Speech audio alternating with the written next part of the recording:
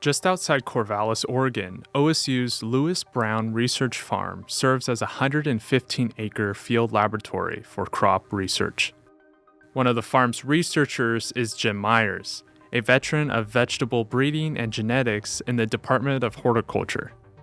I wasn't really intending to breed peppers, but I had gotten this mild habanero pepper that came from Kevin Crosby at Texas A&M University. When I grew them out the next year, they had outcrossed with some of the hot habanero peppers. So then it started a breeding project where we were selecting back for the mild pungency, but also intense flavor and aromatics. All peppers are ranked on the Scoville scale, which measures their pungency or spiciness.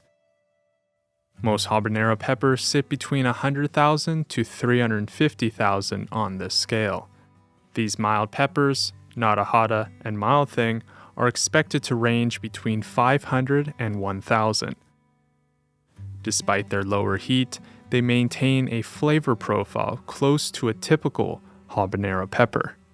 I think that's what people are the most excited about because the flavor is accessible. You actually can work with it without it burning your mouth off. That is Lane Selman, an assistant professor of practice at Oregon State University. She is also the founder of the Culinary Breeding Network, a network that connects breeders to chefs and helps develop high-quality crops for culinary purposes.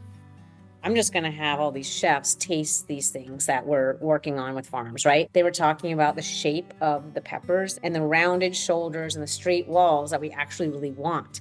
And that was not something we were ever thinking about in these projects. And I thought, wow, this is really cool. We really need to have the chefs connected with the breeders. Crossbreeding has been used for centuries to select beneficial traits like growth speed and disease resistance. For these mild peppers, Jim is selecting traits that enable them to grow in temperate climates like what is seen in Oregon.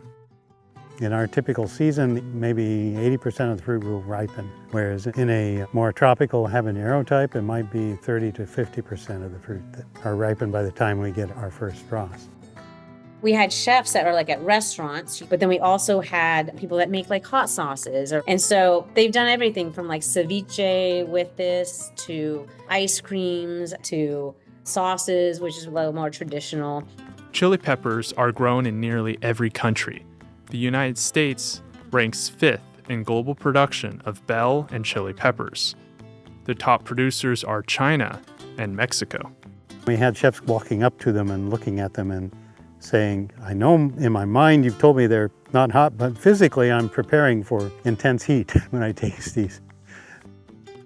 The U.S. produced an estimated 175 million pounds of chili peppers in 2022. This includes varieties of jalapeno, paprika, and habanero, such as these. Certainly now the big challenge for a lot of plant breeders is with climate change. And what we're talking about are more extreme temperatures, both in terms of heat and cold, more extreme weather events, lots of rain or drought. So developing varieties that are more resilient to these types of climatic impacts is something that's very important.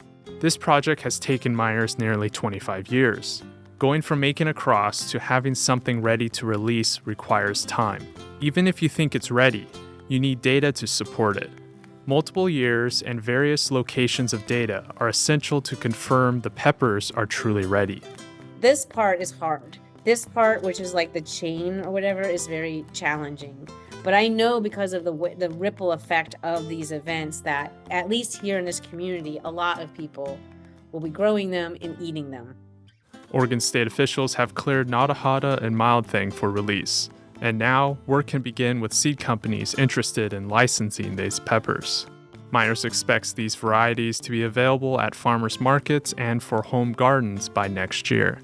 Plant breeding is really a combination of art and science. You're using the science of genetics, but observation and your creative potential in your mind is also very important.